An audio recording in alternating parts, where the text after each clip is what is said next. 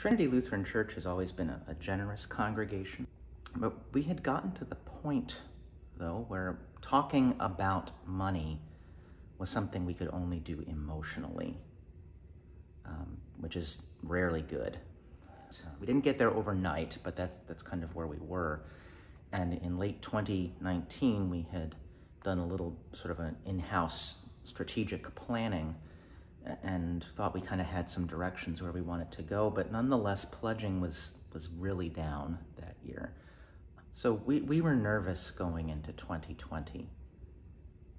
Then the pandemic happened. And I know there are congregations that saw their giving increase during the pandemic. I was told about many of them. We were not one of them. And so we needed to do something. I was elated to get a phone call, or an email rather, from Jerry O'Neill at the Synod office, and we have a stewardship idea. I was like, that's a timely phone call. The congregation debated what was best, and we decided we need to begin. We need to begin our culture, and so we picked the Beginning a Culture of Generosity program to get ourselves talking about money again, and trying to recoup what had been historic pledging levels. And so we put together a team. We got folks who we knew could be organized, would work hard, would care about this. One of our team members at that time was our vice president, now is our congregation president, Lou Krieger Blake. As one of the leaders of the Congregation Council at Trinity, I thought it would be wise to learn a little bit about stewardship and funding for church needs and missions. So I joined the stewardship team at the time we were beginning a culture of generosity. There's a book that goes along with that, and on page 1 of the introduction, I had my aha moment. It talked about a church feeling a culture of scarcity by not having enough to do the ministries or grow their ministries. And this program encourages us to think about a culture of abundance, that you have enough, you have plenty, and you'll have some left over to do other wonderful things for your congregation and the community. When that aha moment occurred, I got really excited and very eager to promote the concept. We promoted it in our council first. We promoted it through a series of videos that we put in our parish notices during the pandemic. It really boosted my enthusiasm for stewardship as a concept and for a culture of generosity as a way to get there.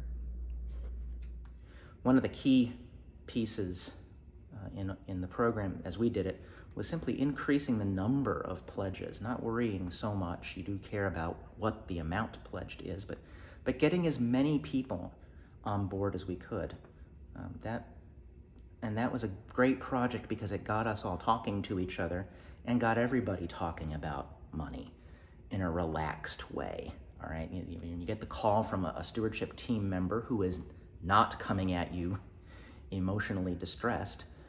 You're able to have that conversation. You begin that conversation.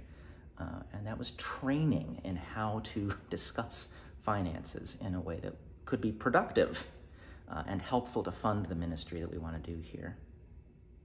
When we had completed beginning a culture of generosity, we were able to look at the amount that was pledged, and what happened was fantastic. I'm not going to say we fixed all of our problems because we didn't. That would be ridiculous. But what we did do, we recouped our historic level of pledging, what we had been in the years leading up to 2020. And we were back at roughly the same number of people who used to pledge before. We were able to get participation well beyond the goal that we had set. That was big, and I'm not going to pretend that it was anything but big. What I think was bigger, though, was we began being able to talk about money again. We began. It's still a touchy subject for some folks. That's something we could not have done without this. We were sold immediately. We've embarked on the 2-year Stewardship for All Seasons program. We want to continue to see the benefits of doing this, but we are very happy that we began our culture of generosity. It's a wonderful program. I'm glad I joined, and hallelujah.